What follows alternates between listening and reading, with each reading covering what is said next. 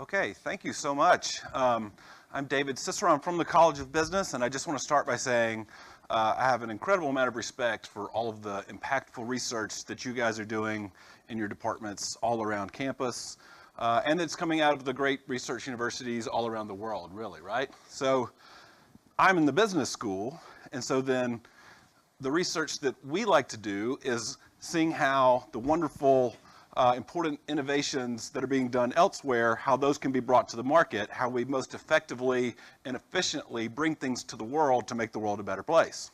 So I'm in the finance department, and my area of expertise in particular is corporate finance. And corporate finance is really a social science, right? It's really about the organizations and the individuals, the humans that are doing this function in society, okay? So we like to study how do we best organize ourselves, or how do we best treat humans, how do we best incentivize them to do their best to make the world a better place with all these great advancements, okay? And I just want to talk to you about one project today that I've worked on recently that kind of gets at one of these questions, one of these core fundamental questions in financial economics, but kind of does it in a little bit of a fun way. So if you look at our title here, I've titled this Fore, an analysis of executive shirking. And so there may be two words there that you're not familiar with in the title. The first one being fore, well, what does that mean? Well, that's actually a word from the game of golf, which kind of clues you into our unit of measurement here in this study. So in golf, if you hit an errant shot and put other people in danger, if you do something wrong, you yell fore, and that warns the world that you've done something wrong and that they're in danger, okay? And then shirking,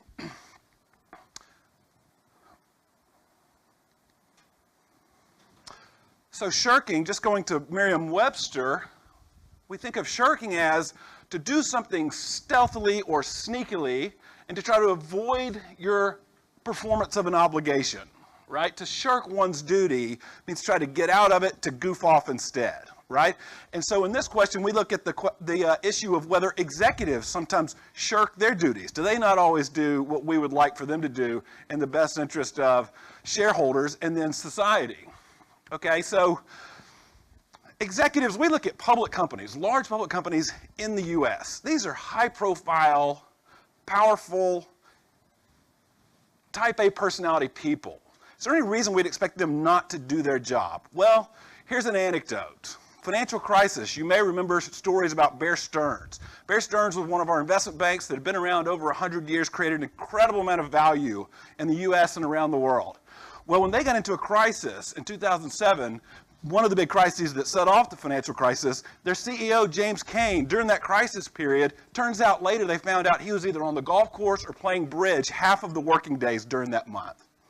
This was all in the news, and people started scratching their head thinking, is he doing his job? Was that the best use of his time? Maybe not, but that's just anecdotal. But this is a question that people have thought about for a long time. So this is our most prestigious economist. This is Adam Smith, who lived back in the 1700s, and he wrote a book called The Wealth of Nations, and basically since that time we've all just been proving things that he wrote back then. Well, he said this. He said the directors of companies, being the managers of other people's money, it can't be expected that they should watch over it with the same diligence with which the partners in a private co-partnery would watch over their own. Negligence and profusion, therefore, must always prevail. Okay? And this is the type of behavior that you might see in a public company, because in the modern world, the way we organize our businesses is you have shareholders, you and I, who may own small pieces of a company. We're the owners.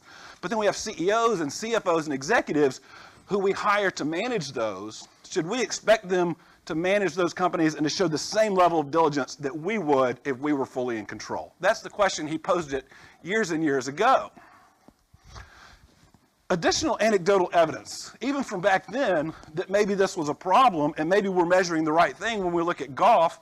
Actually, I found this, that in the 15th century, King James II had to outlaw golf in order to encourage men to practice, do their archery practice. So it looks like there was clear evidence that it was a problem back then, that people were playing golf instead of taking care of their business. Okay, so maybe we've keyed into the right tool for measurement. Here are additional fun facts. So this is the UK, and there's Scotland. And right up here, does anyone know what this is? No, because you guys are researchers, you work hard. This is St. Andrews, where golf was invented, the famous bridge there. And right down the road, just a short drive down to Kankakee, this is where Adam Smith actually lived and did his work. So maybe he was actually motivated by this observation of people playing golf when he originally hypothesized this. Okay, so come now to the modern time. The way that we talk about these issues today is we think that we craft sophisticated mathematical models, and we think that if we give appropriate financial incentives to executives, they'll work harder. If they work harder, we'll have better outcomes. Okay? Those are agency models. This is what we want to try to test. Now, a problem that we have, though, is that, yes, outside shareholders want to incentivize executives, and so they give them stock options. They give them holdings of stock in their company. They want to incentivize them in order to not shirk. But the problem is, if executives do shirk, you're not going to do it in a way that tips off the world that you're doing it, right? So it's been very difficult for people to actually test this theory and bring data to the question because it's hard to observe executives doing their shirking. They're careful not to get caught and look bad. Okay, so that's where we come in, and we've gotten this measure that we think helps us answer this question in a way people have not been able to before.